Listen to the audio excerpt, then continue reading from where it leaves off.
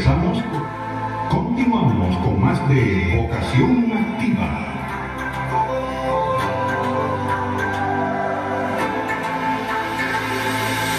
Estás escuchando Vocación Activa. Hasta tu voluntad, hasta la eternidad. I surrender all I am now to proclaim your word to all the world. Vocación Activa. Señor, aquí estoy, viviendo tu palabra. Sí, muy bien, continuamos con mucho más de tu programa a nivel vocacional, Vocación Activa. Desde acá de la cabina, la voz del sembrador, cultivando la palabra de Dios del Seminario San Buenaventura de Mérida. En este momento tenemos la compañía de dos sacerdotes de la congregación Carmelitas Descalzo. Ellos en su tiempo estuvieron en El Salado y ahorita pues nos están visitando. Le voy a presentar al padre Daniel Rodríguez, que hoy en este momento está aquí con nosotros en la cabina radial. Padre Daniel, adelante. Un saludo a todos los que nos escuchan a nivel de la web y a nivel de las emisoras FM. Es un gusto estar compartiendo con ustedes en este programa, llevando una palabra de esperanza y de alegría en medio de esta misión tan bonita que lleva la voz del sembrador. Muchas felicidades a todo el trabajo que van haciendo y que el Espíritu Santo llegue al corazón de todos los que están escuchando este programa, para que les pueda animar en su seguimiento de Cristo.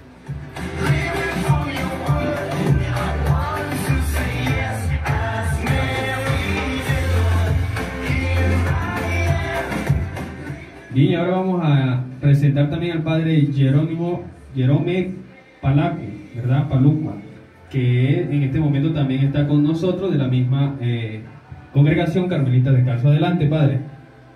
Muchas gracias. Soy Jerome Palucu de la República Democrática del Congo.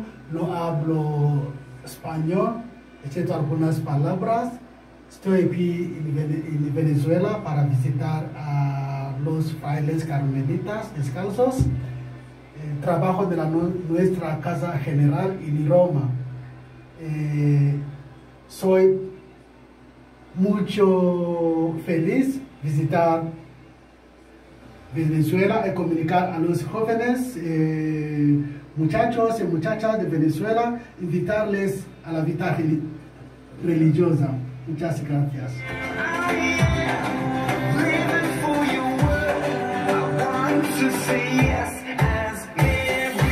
Desde el Seminario San Buenaventura de Mérida, escuchas Vocación Activa.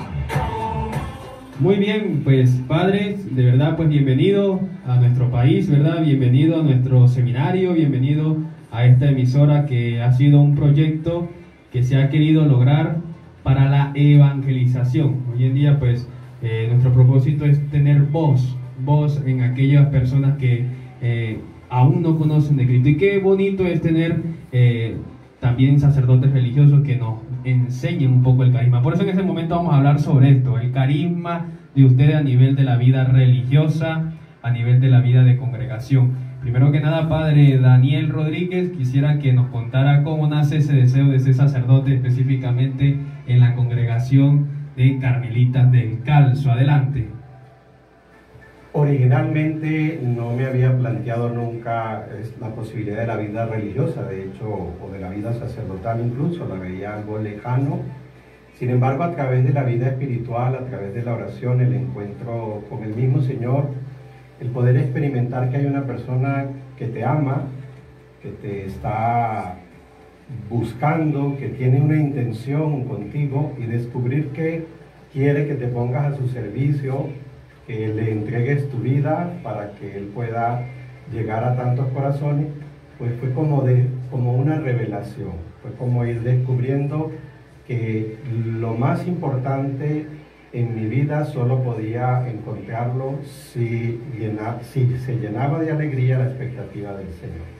Entonces, para mí ha sido un regalo poder saber que estoy complaciendo al Señor en todo lo que trato de hacer, humildemente, con muchas limitaciones, pero saber que estamos alegrando el corazón de Dios alegrando el corazón de las personas a las cuales quiere que nosotros lleguemos.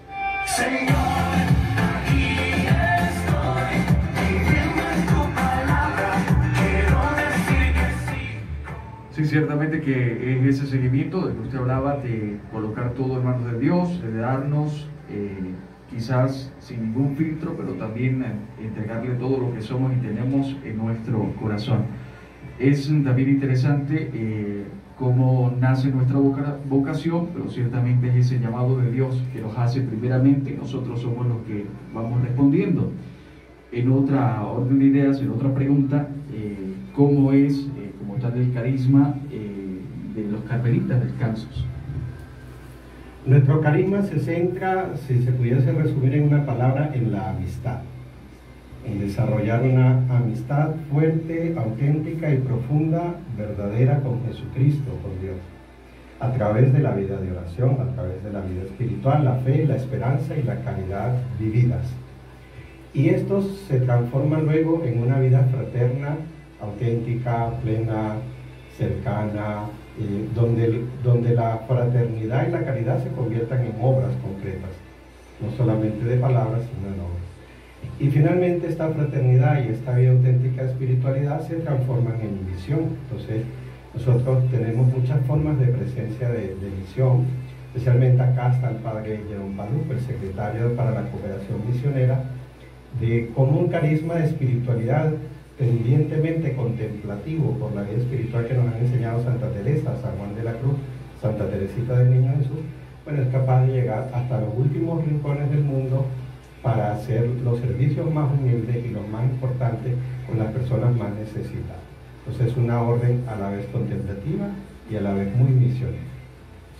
Hay algo muy curioso que quiero resaltar acá, mi querido amigo Alex, es lo siguiente, ¿no? Tenemos esa confusión cuando decimos carmelitas descalzos y carmelitas calzados, ¿no? A veces la gente cree que es, por así decirlo, de calzado, ¿no? Pero ¿cómo es, para explicarle a todos los radioescuchas, ese significado de calzado y de los tan calzados, por así decirlo? Sí, en realidad existen los carmelitas que nacimos en el Monte Carmelo en la Edad Media, en el siglo XIII aproximadamente. Y luego, en el siglo XVI, viene la Reforma española. La Reforma italiana se le llamó Recolección. Hubo muchas reformas en la iglesia medieval, no solo la protestante. Hubo la Reforma católica en Italia, se llamó la Recolección, la forma de vida religiosa. En España, todas las reformas se llamaron la Descalcez. Entonces, carmelita descalzo lo que quiere decir es que fue la reforma que nació en la España del siglo XVI. Luego han dicho carmelitas calzados, pero en realidad no se aplica porque no tiene que ver con tener zapatos o no tener zapatos. Entonces se dice verdaderamente de la antigua observancia o la reforma de la descalcez o la reforma teresiana. En el proceso formativo, ¿qué tiene que hacer un joven para entrar a la congregación? ¿Cuál es el proceso? La primera parte es establecer en contacto con las comunidades progresivamente, que hacen varias convivencias. Posteriormente inicia un periodo de propedéutico, un año de discernimiento, ya dentro de haciendo vida comunitaria y viviendo como carmelitas. Y ya luego sí comienza la etapa de formación a través del seminario, 3 años. Después, un año muy importante, el año del noviciado, nosotros lo hacemos en Lepaterique, Honduras, toda la zona de la Isla Norte, México, Venezuela, el Caribe y Centroamérica. Formamos toda una región y hacemos el noviciado en Lepaterique, Honduras, y luego del noviciado hacen la teología en México. Entonces van viviendo todas estas etapas y en ese proceso van discerniendo su vocación. Estamos hablando de cuántos años más o menos, padre. Aproximadamente unos 10 años. 10 años.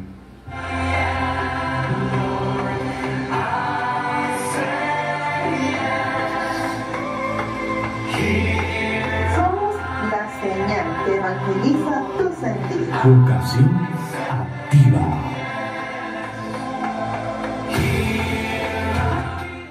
Bien, padre Daniel Rodríguez, para ir como finalizando esta parte, usted nos podría dar a nivel vocacional desde su testimonio, una especie de mensaje para aquellos jóvenes que les gustaría, más que todo, descubrir la parte de su llamada. Muchos están en esa confusión, si me voy con los religiosos, si me voy con los diocesanos. ¿De qué mensaje le pudiera dar usted a nivel general de la juventud que hoy en día pues sienten esa confusión? ¿Sí? ¿Por qué camino me voy, me dirijo? Si por los diocesanos, por los religiosos. Entonces, a nivel vocacional, ¿cuál sería ese testimonio de ánimo, por así decirlo, para seguir al Señor de manera sacerdotal, por así decirlo? Lo único que verdaderamente cuenta es desear entregar verdaderamente su vida al Señor. Es un camino de felicidad entregarle totalmente la vida a Dios. Y se nos ha enseñado que la felicidad está en conservar cosas para nosotros, en guardar cosas para nosotros, en proteger cosas. Pero cuando encontramos un camino vocacional es cuando yo digo, me atrevo, me siento complacido entregándole totalmente mi vida al Señor. Esto es en la forma de vida religiosa, a través de los votos, a través de una comunidad, a través de un carisma, de unas constituciones, y esto es a través de la vida sacerdotal, que es a través del ministerio, específicamente en una Dios. En realidad no es un problema de si religioso o sacerdote diocesano. ¿Cuál es el carisma que Dios te ha dado y cuál es la entrega que quieres dar? Porque donde la quieras dar completa, esa es.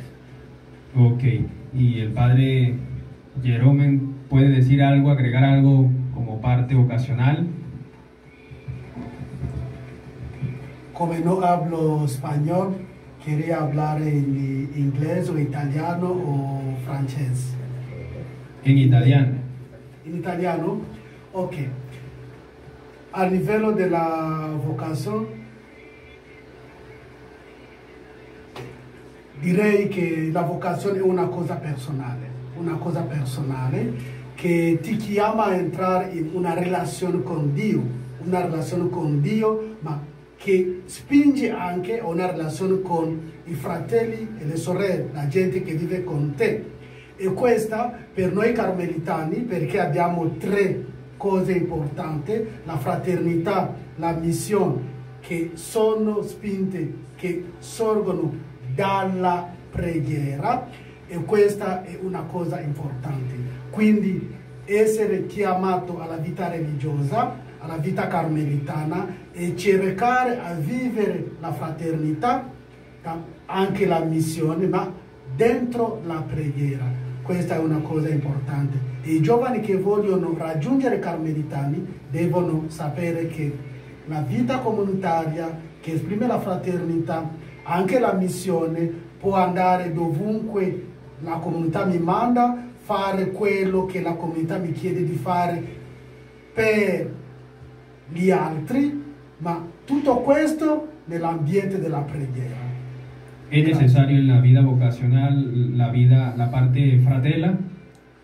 Sì, la fraternità è importante perché è la famiglia. Quando qualcuno entra in una vita religiosa fa parte della famiglia e quindi la fraternità è una cosa importante. Anche questa si trova nella vita diocesana. Se entra nella vita diocesana fai parte di una comunità, la comunità diocesana, che chiede anche una fraternità. Questo è importante. Tu palabra quiero decir que sí como María. Living for your word, I want to see. Bien, padre, pues agradecido con ustedes por venir y compartir su experiencia, su testimonio vocacional. Pues bueno, esto ha sido transmitido durante todo el territorio nacional, la zona sur del lago, ¿verdad? El estado Apure y también por la parte de la arquidiócesis de Mérida. No sé si a usted le gustaría dejar a nivel también de promoción vocacional de su congregación, cómo hace el joven para contactarlos, ¿sí? Un número telefónico, alguna dirección de correo electrónico, que esté escuchando este programa y que le interesaría descubrir un poco más o indagar más sobre los carmelitas de Carso. Perfecto, sí, tenemos en las redes una dirección de Instagram, @OCD Venezuela, @OCD de Orden de Carmelitas Descalzos, OCD Venezuela. Ahí pues toda la información que necesitan para establecer contacto con nuestras comunidades y con las personas que les puedan acompañar. Muy bien, ¿y un teléfono telefónico de algún promotor ocasional? Bueno, ahorita les puedo dar este número, 0414 748 9524. Muy bien, estas fueron las palabras del padre Daniel Rodríguez y del otro sacerdote que nos acompaña a nivel de la congregación religiosa. Muchas gracias padre por acompañarnos. Nuevamente, bienvenido cuando quieran venir a compartir una experiencia vocacional, quizás de repente traer a algunos de sus jóvenes, ¿verdad? Y compartir una tertulia acá dentro de la cabina. Excelente. Y nosotros nos vamos con mucho más de la buena música. Al regresar vamos a seguir hablando del tema del día de hoy. Ya venimos. Ya regresamos con más de Vocación Activa.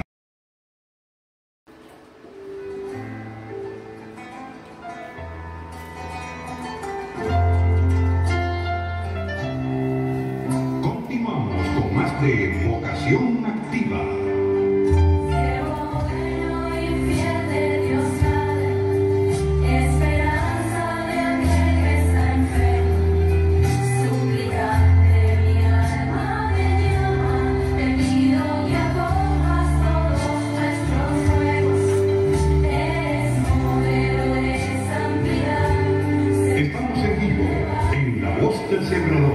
Desde el Seminario San Buenaventura de Mérida, escuchas Vocación Activa.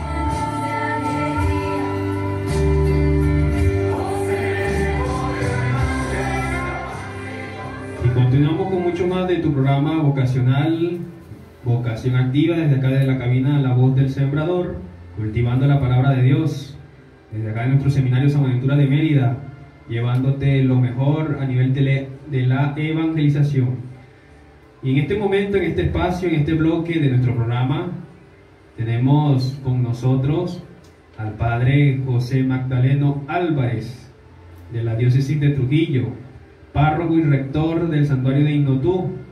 Y bueno, en este momento queremos, Padre, hablar con usted, conversar con respecto a esa fe cristiana que existe en ese maravilloso lugar. Primero vamos a presentarlo, Padre, adelante, bienvenido a nuestra emisora, a nuestro seminario, y bueno, a todos los que nos escuchan a nivel de la web y a nivel de las emisoras FM. Adelante, Padre. Bueno, les saludo en el nombre del Señor, tanto a ustedes, seminaristas que dirigen este programa, como a toda la audiencia y a los que nos vean a través de las redes sociales. Complacido de estar en el seminario y de que me hayan invitado a las oficinas del Sembrador y de la radio La Voz del Sembrador y a este programa Vocación Activa. Aquí estoy a la orden, lo que ustedes me quieran preguntar y que yo se pueda responder, yo lo respondo. Excelente, Padre. Bueno, yo le comentaba al Padre, a todos los que nos ven, nos siguen y los que nos escuchan, que yo pues, bueno, a mí me queda casi cerca Innotú, yo soy de Arapuey. Y pues hace muchos años que no voy para allá, Padre, desde que estaba pequeño, me pagaron una promesa, me acuerdo, y después volví a ir. Y bueno, le comentaba también al Padre que la última vez que fui estaban en construcción algunas áreas del santuario. Hoy en día pues me imagino que eso fue hace como 10 años, ya estará hermoso. Usted nos comentaba, Padre, que eso es de maravilla ahorita, el santuario como tal. Sí, estructuralmente cuando tú fuiste se le estaba haciendo una remodelación al santuario. Eso fue por allá por el año 2012-2013. Más o menos, sí. Que se estaba remodelando todo el patio, la casa parroquial, la casa de convivencia. El santuario es un complejo que está ubicado donde nació el doctor José Gregorio Hernández. Se construyó en el año 1963 y se terminó e inauguró en el año 1966. Fue el cardenal Quintero, que por cierto había sido obispo de Mérida, el cardenal Quintero, estando de arzobispo y cardenal en Caracas, fue a inaugurar el santuario en el año 1966. Y de ahí en adelante pues se le ha hecho remodelaciones. Este año que fuiste estaba en una remodelación. El santuario tiene algunos lugares pues muy característicos, que es el oratorio donde nació el doctor José Gregorio Hernández, que es el cuartico donde él nació. Eso se llama oratorio del doctor José Gregorio Hernández. Ahí se conservan los horcones de la casa y se conservan también ladrillos de la casa natal del doctor José Gregorio Hernández. Luego tenemos el templo, pequeñño, pero muy hermoso, dedicado al Niño Jesús, porque ahí está una imagen preciosa del Niño Jesús viviéndose en la cruz que le perteneció al doctor José Gregorio Hernández. Se lo regalaron los franciscanos de Jerusalén en el año 1901. Dios bendiga Tierra Santa. Lo trajeron de allá y lo bendijeron en la gruta de Belén, esa tierra que está ahorita en guerra, en violencia, que se nos está derramando tanta sangre, y casi siempre la sangre que más se derrama es la de los inocentes. José Gregorio Hernández, por cierto, ofreció su vida a Dios para que reinara la paz en la Primera Guerra Mundial. Bueno, está ese santuario, ese templo dedicado al Niño Jesús del doctor José Gregorio Hernández, por eso todo el santuario se llama Niño Jesús. Y la copatrona es la Virgen de Coromoto, patrona de la causa de la beatificación y canonización del doctor José Gregorio Hernández, y la copatrona del santuario. Así que después de esa capilla, o de ese templo, tenemos también la Plaza del Peregrino, que es lo que tuviste cuando estaban remodelando. Esa plaza es grande, bastante grande, casi como un campo de fútbol, un poquito más pequeña. Tiene colocada alrededor cerca de 14.000 placas de agradecimiento, pero hay la misma cantidad prácticamente guardada porque no hay cómo ni dónde ponerla ahorita, y son tantos los testimonios que se cuentan por miles que los cuadernos también se dejaron de llevar, porque son miles y miles y miles de testimonios de favores de la gente que quiere manifestar. ¿Ven? Solamente las placas que están en ese parque, en esa Plaza del Peregrino, son casi 14.000. Bueno, el otro lugar que tenemos, en la Plaza del Peregrino, está la Gruta de la Virgen de Coromoto, y tenemos como cuarto espacio el Museo del Doctor José Gregorio Hernández, recientemente reinaugurado, embellecido, pues adornado. Eso está que es una espectacularidad, mal que se lo diga. Aquí tengo yo a un compañero, un amigo que me está acompañando, el señor Freddy, que es testigo, acaba de ir para allá hace esta semana. Es una espectacularidad, no tiene nada que envidiar a los museos de los países desarrollados. Y cada vez va avanzando más. Allí se exponen las reliquias, las pertenencias del doctor José Gregorio Hernández, pero de una manera muy didáctica, de modo que usted tenga contacto visual y casi físico con esas reliquias, que son muchísimas. No me puedo detenerme a enumerarlas porque son muchas. Ese museo expone más de 60 obras, por decirle algo. Bueno, luego tenemos la librería y la casa parroquial y la posada del peregrino. Todo eso conforma el santuario del Niño Jesús del doctor José Gregorio Hernández. Es casi toda una manzana. Allí en esa manzana, en esas 4 cuadras en la manzana, también tenemos un liceo que depende del santuario. Es de la iglesia, el único liceo del pueblo que no tuvo. Tenemos la posada, que es grande también, con capacidad para 100 personas. Tenemos la casa de las hermanas misioneras religiosas mexicanas que viven también desde hace 35 años allí, y ellas también tienen una posada. Y tenemos patios hermosos. De modo que eso es un lugar hermoso. La gente casi siempre va y ve nada más el templo y el lugar donde nació José Gregorio Hernández, pero es mucho más, mucho más. Estamos esperándolos. Ok, padre, bueno, hay un dato curioso, padre, que bueno, yo compré en ese tiempo, compré una camisa, una franela, y decía Isnotú, paraíso espiritual. ¿Qué significado tiene eso, padre? Es un eslogan que puso creatividad del padre Emiro, que era el rector de la época, pero creo que dice mucho. El paraíso no es solamente un pasado en el lenguaje cristiano, el paraíso también es un sueño. No es solamente, es un anhelo, una esperanza, y no es solamente el paraíso perdido, es que el paraíso nos espera, pero el paraíso tenemos que hacerlo nosotros también, construirlo aquí mismo, no hay que esperar a morirse. Por lo tanto, José Gregorio Hernández y todo lo que él representa es una prueba de que el paraíso es cierto, es real, es verídico, y que nosotros, los que veneramos a José Gregorio Hernández, tenemos que hacer esta tierra un paraíso. Es un eslogan que identifica pues la figura de José Gregorio Hernández, que creyó, vivió en eso, creyó en el cielo, creyó en la eternidad, creyó en la vida. Me parece que indica mucho porque nos muestra el norte hacia donde queremos ir los cristianos, los creyentes, los hombres de fe cristiana católica, las personas de fe cristiana católica como el doctor José Gregorio Hernández. Así que paraíso espiritual, porque no es porque aquello esté muy bonito el pueblo, que sí está más o menos arreglado, pero tiene muchas carencias, sino por lo que representa la búsqueda de la espiritualidad, una espiritualidad auténtica, hermosa, con la dio José Gregorio Hernández Cisneros, hijo de Isnotú, porque ahí nació, ahí se crió, Ahí ya estuvo hasta los 13 años y medio, luego sabemos que se fue a estudiar a Caracas, pero después regresó y las primicias de su ministerio, de su profesión médica, la ejerció en Inotú y en los Andes. Estuvo aquí en Mérida. Si ustedes quieren, ahora conversamos un poquito también de eso. En esos 9 meses que estuvo allá, vino acá a Mérida y bueno, vivió también en Inotú.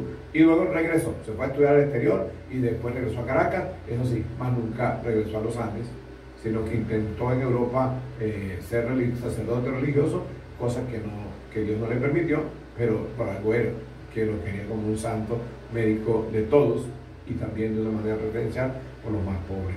Por eso José Gregorio Hernández representa tanto que podemos decir que él nos indica que el paraíso es verdad, es realidad, y que ese santuario llame a los que vamos allí a creer en el cielo de la eternidad y también para hacer un pedacito del cielo la vida que estamos viviendo. Padre, para quizás los venezolanos es importante la devoción a José Gregorio Hernández, y como usted bien lo decía, es ese médico la cual le daba importancia a los pobres y a aquellos que más lo necesitaban. Y ciertamente que hay una realidad de los fieles, no simplemente de los venezolanos que asisten a Inotú, sino también hay fieles extranjeros. Y queríamos hacerle la siguiente pregunta: ¿cómo es la asistencia de los fieles, tanto como venezolanos como también extranjeros, a Inotú, a encontrarse quizás con toda esta realidad del doctor José Gregorio Hernández? Bien, gracias por la pregunta. Sí. Quisiera también decir previamente que ciertamente se le dio un título después de muerto, sobre todo de médico de los pobres. Pero la verdad es que fue un eminente científico, un docente ejemplar, un investigador, pero de los buenos. Y además un padre de familia, en cuanto que se encargó de toda su familia, aunque no tuvo hijos, pero él fue un ejemplo de solicitud por su familia. Y también fue pues, científico, docente, médico, no solamente médico, dio 30 años de clase en la Universidad Central de Venezuela, formó médico por toda Venezuela. Y era médico de todos. Lo que pasa es que también los pobres lo encontraban muy solícito, muy preocupado por ellos. Entonces le fueron dando ese apodo casi cerca de su muerte, pero después de muerto todavía lo llamaron más el médico de los pobres. Pero la verdad es que fue un médico para todos, desde el presidente de la República, los generales, los políticos, los empresarios, el clero, la gente sencilla y también los más pobres, los que tenían que pagar y los que no tenían. Eso también explica un poco la ascendencia de José Gregorio Hernández, que no es solamente la parte espiritual, de religiosidad. Él tiene una connotación muy importante en Venezuela como profesional. Trajo el primer laboratorio de microbiología, digámoslo así, como el término actual, a Venezuela. El primer laboratorio lo trajo él. La docencia práctica, junto con otros médicos de docencia práctica, la praxis médica, la inauguró él junto con otros médicos. De modo que él trajo muchas cosas y contribuyó de muchas maneras, de muchos modos al desarrollo de la sociedad venezolana. Su figura en el tiempo que él vivió era una figura que trascendía lo nacional. Estudió en París, estudió en Francia, visitó y estuvo en otros países, estudió, hizo cursos en España, viajó a Estados Unidos, en algunos momentos algunas conferencias suyas también fueron recibidas en otros países, una persona conocida fuera de Venezuela. Y hoy José Gregorio Hernández es para Venezuela quizás la persona más querida, actualmente la persona más conocida y más querida. Y representa la parte espiritual, pero también el auténtico venezolano, el auténtico cristiano y el auténtico venezolano. Tiene mucho que dar. Entonces la gente, pienso que sobre todo lo buscamos por la parte de los milagros, la parte de la intercesión, la parte religiosa, pero tenemos que conocer la otra parte de José Gregorio Hernández también, y ciertamente en eso influye mucho la parte espiritual, pues son miles los que lo buscan su intercesión. Los testimonios son hermosísimos en el santuario, pero déjame decirte que yo he estado en Ecuador, en los santuarios donde va José Gregorio, donde la gente va por José Gregorio Hernández, buscan al hermano Gregorio. Conozco la devoción en Colombia, donde le dice San Gregorio, sé esa devoción en Perú, en Curazao, en Aruba, en Costa Rica, en muchísimos países y ahora también en Europa. Ahorita nada más vino, solo una vez que pregunté, habían 4 personas de Barcelona, España. Pensé que eran venezolanos viviendo allá. No, había un venezolano, una ecuatoriana y 2 españoles de pura cepa, de Barcelona, España. Y yo estaba comentando eso en la noche y una señora me levantó la mano el día de José Gregorio Hernández y como para que la viera. Dime a la orden, le digo yo vengo de República Dominicana, me dijo. Entonces sí, ciertamente, no solamente de Venezuela, él es una figura que cada vez se está haciendo más conocido a nivel internacional. Y la devoción hace muchísimo que existe en otros países, pero ahora ese conocimiento de él como persona y como médico. Bueno, acaba el Papa Francisco de ponerlo como ejemplo hace unas 3 semanas, en una de las audiencias, de un profesional preocupado por los más humildes y por los pobres. El Papa Francisco le dedicó una audiencia de un miércoles al doctor José Gregorio Hernández. Ojalá, no sé si ustedes tuvieron la oportunidad de verlo, de escuchar al Papa hablando de José Gregorio Hernández. Es una alegría para todos los venezolanos, padre. Y padre, bueno, no sé cómo va, bueno, precisamente recuerdo que eso era una polémica también, que el santo del médico de todos los pobres, y bueno, ¿cómo va ese proceso de canonización a nivel de la iglesia? ¿Será que usted cree que estamos hablando de unos años quizás, o es un tiempo muy corto que hay que esperar para verlo ya santo, ya oficialmente a José Gregorio? Es difícil precisar los tiempos. Lo que sí estamos ya contentos y agradecidos era que todo el mundo peleara por la beatificación. Ese era el anhelo que tuvimos desde el año 1949 hasta hace 2 años, pidiéndole a Dios la beatificación. Entonces tenemos que ser agradecidos, ¿verdad? Y ya, de que lo declaramos santo ya, porque el beato es que está en el cielo. Sí, así es. Si no, no se le declara beato. La beatitud es la contemplación beatífica. Así es. Lo que pasa es que en la terminología eclesiástica canónica, cuando el título de san le da como un rango para nosotros, pero el que está en el cielo no necesita rangos. Así es. El rango es la contemplación beatífica. Ahí no hay distinción. Ahí no hay, las personas que están en el cielo no necesitan los títulos y honores humanos ni eclesiásticos. Nada de eso. Eso lo necesitamos nosotros los humanos en la iglesia para sentir orgullo, para tener un poquito más de esperanza y fe, para buscar su intercesión, pero ellos no lo necesitan, ni siquiera el título de beato. Así que José Gregorio no estaba bravo porque no lo pusieron beato, olvídese de eso. Ellos no necesitan esos títulos, no lo requieren, no lo necesitan. Nosotros sí lo necesitamos, nosotros sí queremos, y por eso ahora damos gracias por la beatificación. Fue un camino largo, desde 1949 hasta hace 2 años, 1921, ¿verdad? 2021, un camino largo. Ya la beatificación se dio. Ahora viene también pedir por la canonización. Sí, nos gusta y nos interesa mucho. Estamos casi que ansiosos. Queríamos que fuera ya, porque, bueno, ya el cardenal Baltasar Porras, porque la arquidiócesis de Caracas, la que lleva esa causa, está trabajando durísimo, destacándose en eso. Y está haciendo un seguimiento bien fuerte al milagro que está allá. Pero no le podemos poner tiempos. Yo hubiese querido que fuera este año, y ahora quiero que sea el próximo año. Lo anhelo, lo pido, pero si no es lo que Dios tiene, pues tampoco nos vamos a desmoralizar por eso, porque a la final lo que más queríamos era la beatificación. Ya se dio, ahora esperamos la canonización. Se va a dar, solo que no sabemos cuándo. Puede ser 6 meses, puede ser 1 año, 2 años, no es tan rápido, siempre dura bastante. Y yo le ponía el ejemplo cuando la gente me ponía brava, porque ¿por qué no lo canoniza? Beatifica. Todo tiene su proceso. José Hernández fue un hombre muy complejo, un hombre que tuvo una vida muy diversa. Él fue profesor, músico, científico, docente, hombre de sociedad, hombre de cultura, filósofo. Escribió libros de filosofía, científico, sastre. Sí, José Gregorio fue muchas cosas. Eso es muy largo, eso tiene que llevar mucho tiempo. Y yo le decía a la gente, mire, ¿sabe cuántos años tardaron para beatificar a San Isidro Labrador? Aproximadamente. Ajá. 700 años. Dígame. Así que se tardaron desde el 49 hasta el 2021. Nada.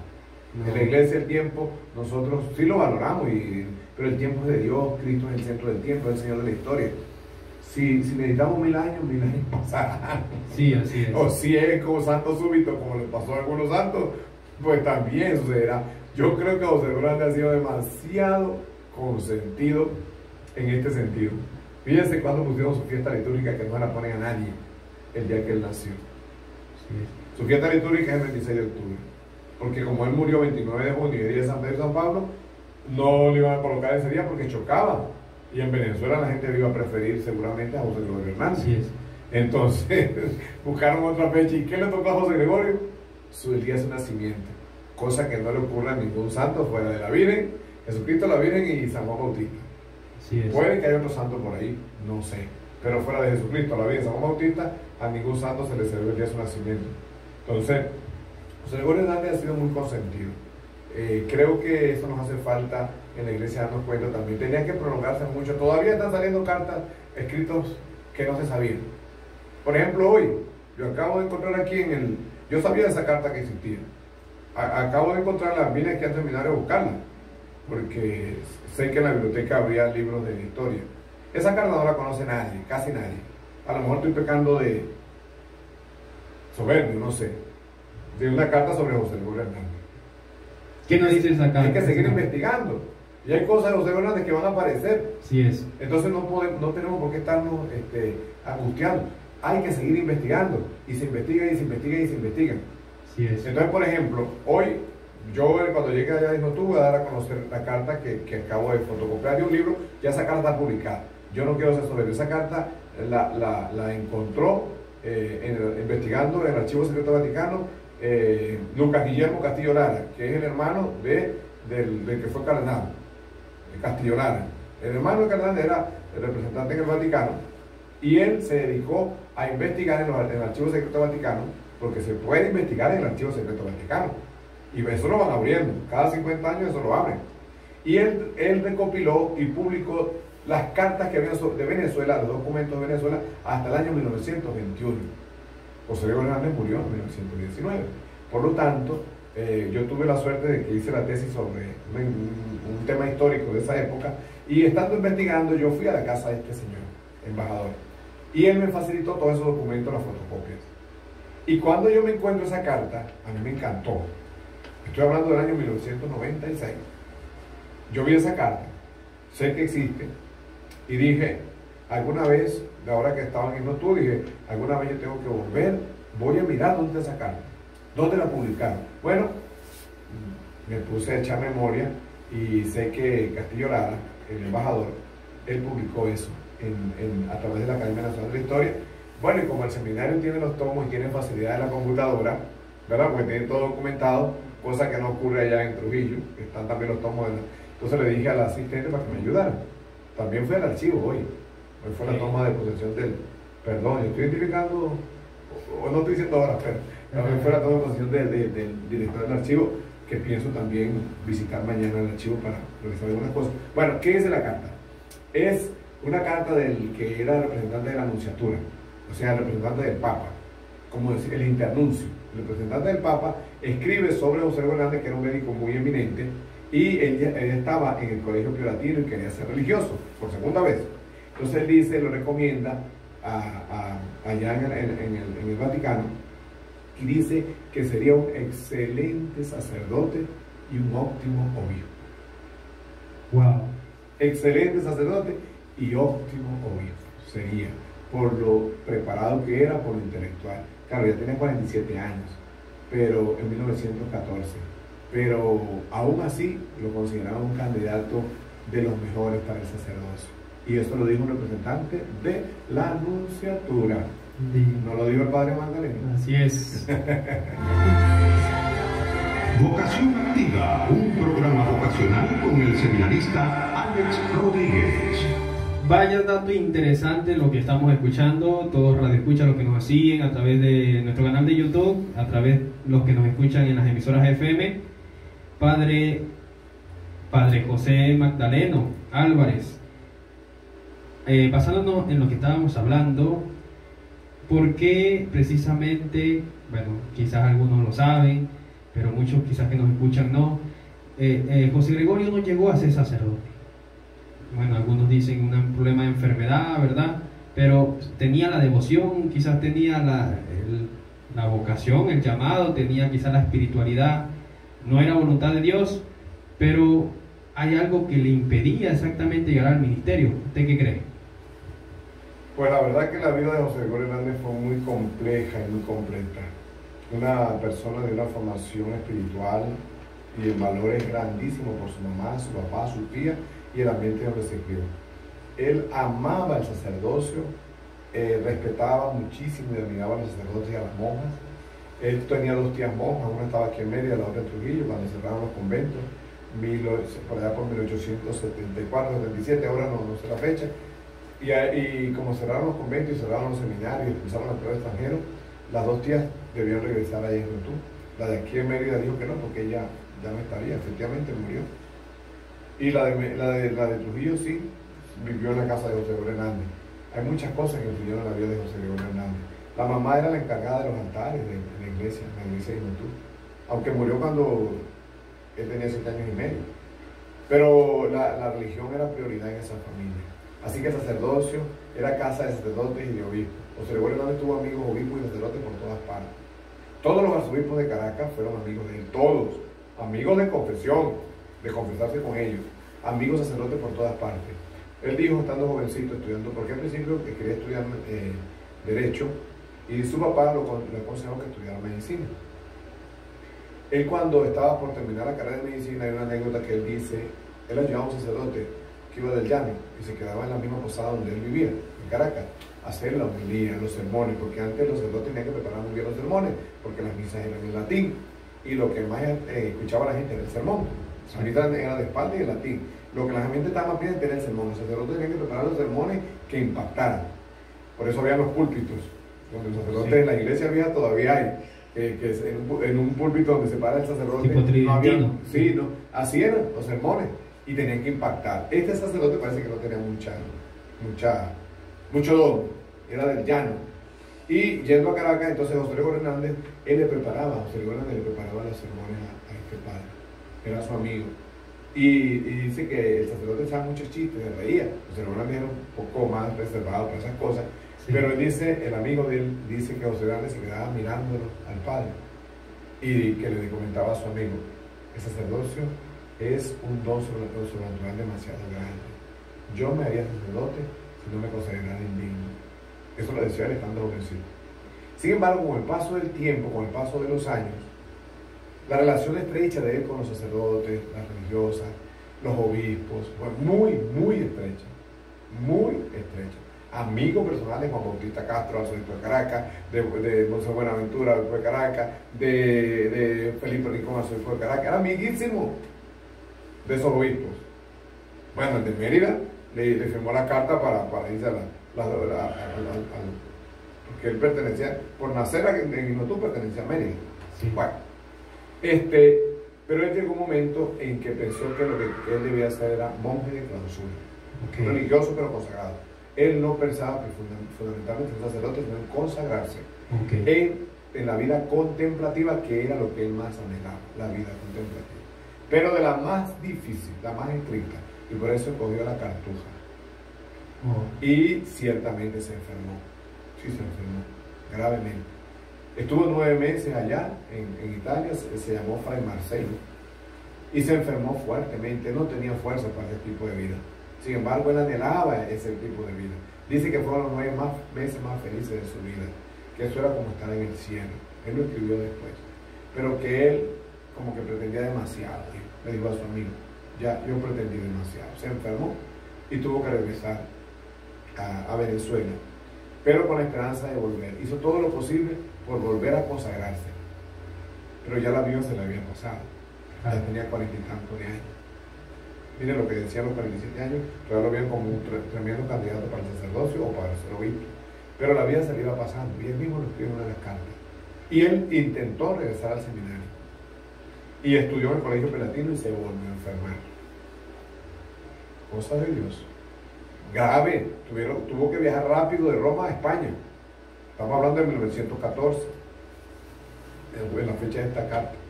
Y él renuncia, y él tiene que venirse porque estalla la Primera Guerra Mundial. Todos esos países europeos entraron en guerra. Ordenaron a todos los extranjeros que se fueran.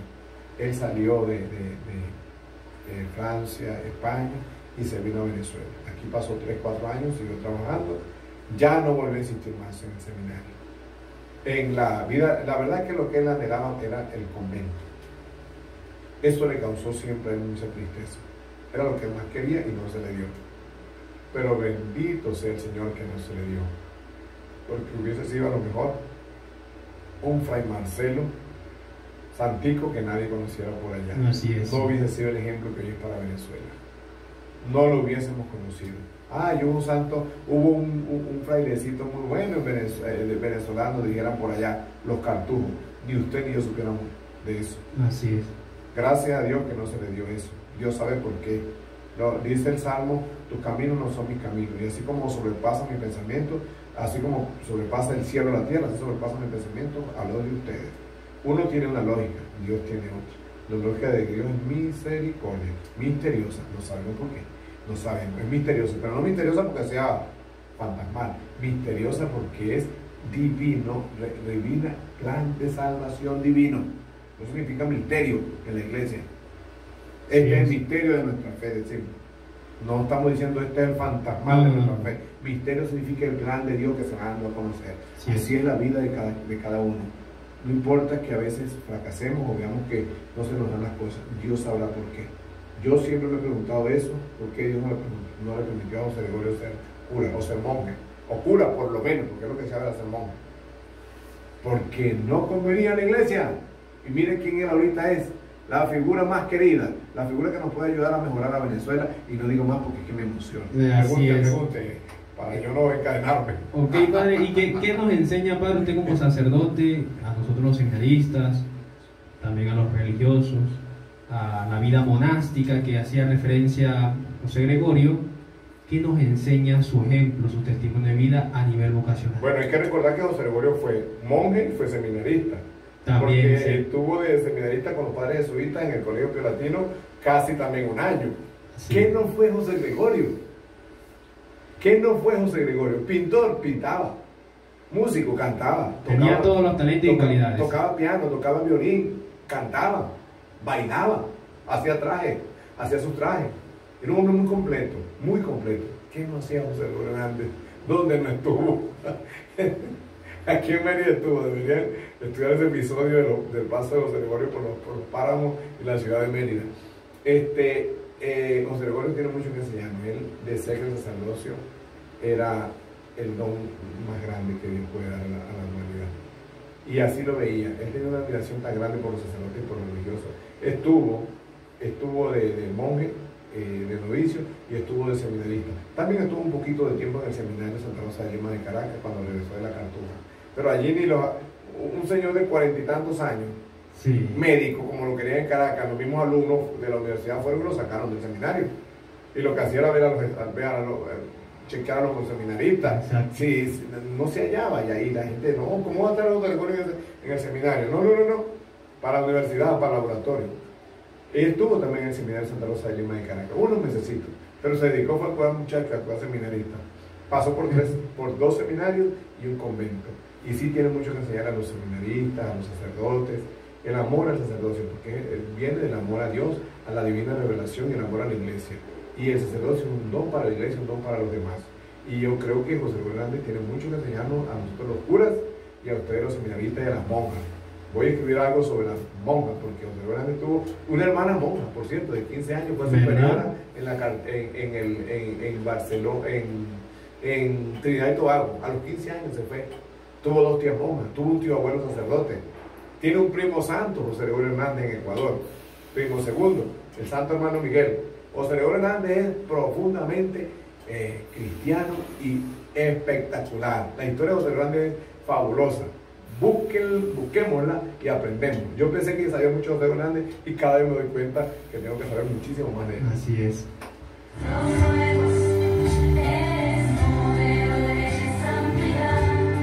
La voz del Salvador, una evangelización hecha radio.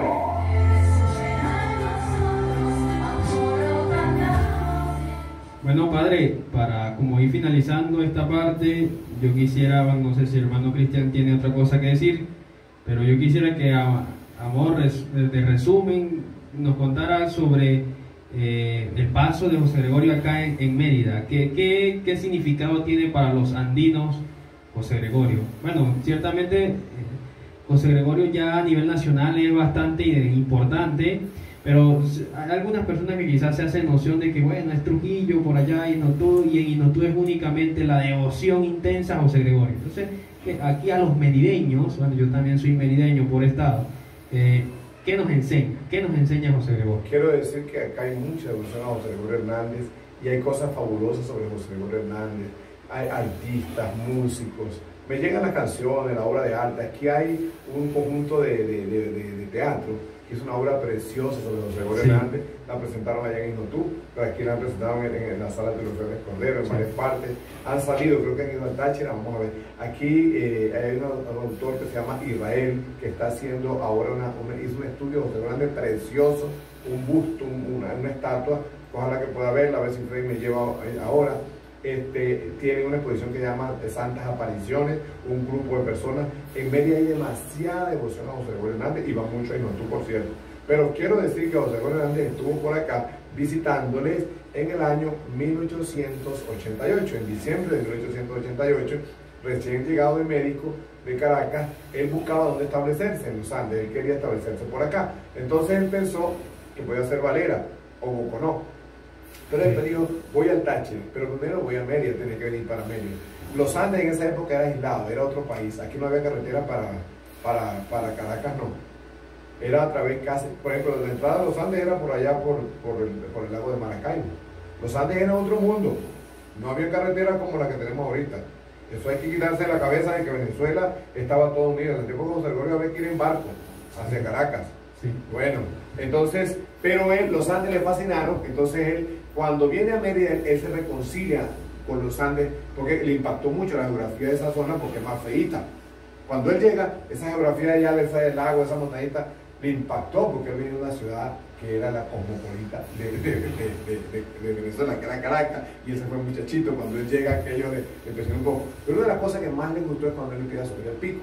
Él se viene por ahí como el 27 de diciembre de 1888 y sube en Timote, se queda en Timote, luego atraviesa la montaña. A su compañero que venía con él en la 20 le dio mal de páramo, pero no pasó, no fue mortal. Bajaron y se quedaron en Mucuchíes, era un camino, no había carretera. En su vez que se quedaron en un sector que se llama el Cenicero, saliendo de Mucuchíes, no pudo dormir del frío, porque se ahorita el frío, imagínense la época.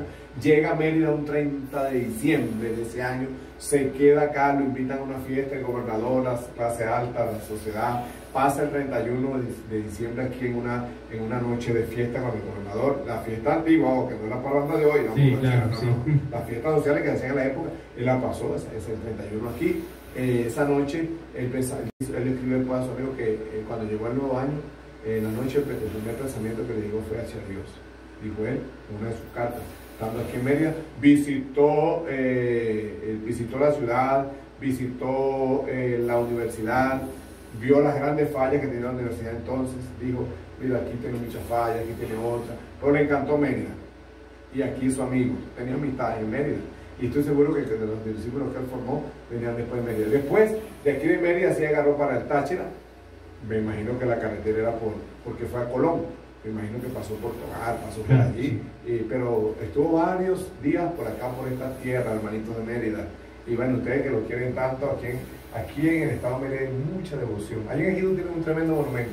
Pero si se van por Timotes, saliendo de Trujillo tienen otro monumento en Timote o José Gregorio Hernández. José Gregorio Hernández está por todas partes, hermano. Porque está en el alma del venezolano, en la mente, en el corazón. Así es. Adelante, Cristian. Listo. Ok, muy bien, padre. Pues no, para finalizar, pues qué mensaje pues usted le dejaría a todos los jóvenes, a todos los venezolanos, a todas esas personas que de una u otra manera se dedican también a hacer el bien, como lo hizo José Gregorio. ¿Qué mensaje usted le deja a esas personas que de una forma están como desanimadas, ¿verdad? A nivel de espiritual, de la fe, y sobre todo, pues si están desanimados en la fe, pues mucho más en la vida vocacional. No tenemos casi personas comprometidas, locas, dijeran por ahí un sacerdote, por Jesús. ¿Qué mensaje usted de aliento a través del ejemplo de José Gregorio usted le dejaría a esas personas? Pues todos sabemos que estamos viviendo una época histórica demasiado difícil aquí en Venezuela y en el mundo. La crisis social, política, económica, moral, ética, espiritual de Venezuela, esa no se puede esconder. nuestros muchachos se están yendo del país, Sí. los jóvenes se están suicidando, las familias están desunidas, porque se han ido muchos, las universidades están de capa caída. Estamos en una situación muy crítica y eso nos afecta a todos, a la familia, a los jóvenes, mucho desánimo, mucho desosiego, mucha tristeza, falta de esperanza. Pero yo lo que les quiero decir es que José Hernández le tocó una Venezuela muy dura, Sí. una Venezuela sumamente rural y pobre, donde no había a veces ni con qué escribir. Su papá fue muy emprendedor y su familia también. José Hernández se sobrepuso a la crisis. Eran guerras por todas partes, batallas, muertes, y no tuvo, en esos tiempos cuando se enfrentaban los caudillos, se mataron 300 personas en ese pueblito. Venezuela era de puras guerras. Venezuela se terminaron las guerras apenas en 1900 y tanto por ahí, pero de que comenzó la guerra de la independencia, que ha sido muerte, violencia, y esa época le tocó a José Hernández. Sí. Una pobreza nacional tremenda. La gente no tenía con qué comer, se enfermaban y se morían. Y la pobreza más grande, la enfermedad más grande, decía José Hernández, es la pobreza de Venezuela. Y esa época él fue una flor en un desierto. Y no solamente él, también las beatas venezolanas de ahorita fueron de esa época. Sí. Entonces también nosotros estamos en una época difícil. No tengamos miedo. Vamos a ser buenos, a ser excelentes y a ser mejores. José Hernández fue excelente estudiante, excelente cristiano, excelente hijo, excelente familiar, excelente docente, investigador y persona y ciudadano, y excelente católico.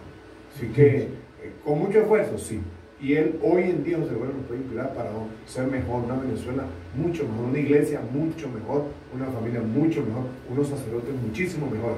Yo creo que José Hernández nos puede jalar las orejas mucho a nosotros, que a veces lo que hacemos es quejarnos y otra oportunidad de ser mejores. Porque la mejor época de la historia, de toda la historia del mundo y de la humanidad, es esta. ¿Usted sabe por qué? Porque es esta, la mejor época de toda la historia de la humanidad y de Venezuela y del mundo. Porque esta es la que Dios le regaló a usted y a mí. Esta es la que estamos viviendo, no hay otra. Sí. Ninguna época pasada que fue mejor, ni las que vendrán. La que Dios me dio y la que Dios te dio a ti es esta, con todos los retos tan difíciles que tiene. Vamos a llenarnos de esperanza, vamos a ser mejores, vamos a hacer todo lo que tengamos que hacer porque tenemos la fuerza de Dios. Y para Dios nada es imposible. Vamos a tomarnos de la mano con Él y soñemos y trabajemos.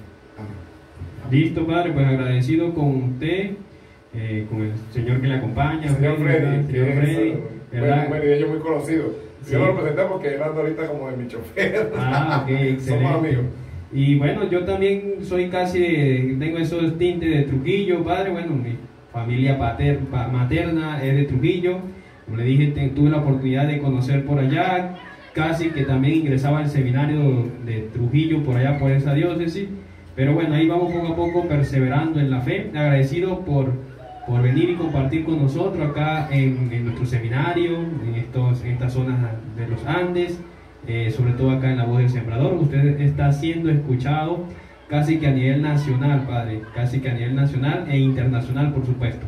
Y bueno, esperemos que no sea la última vez que nos acompañe por acá el Padre José Magdaleno Álvarez de Trujillo, específicamente rector de Inotú. Agradecido, Padre. Nosotros avanzamos con mucho más de la buena música y ya venimos con mucho más.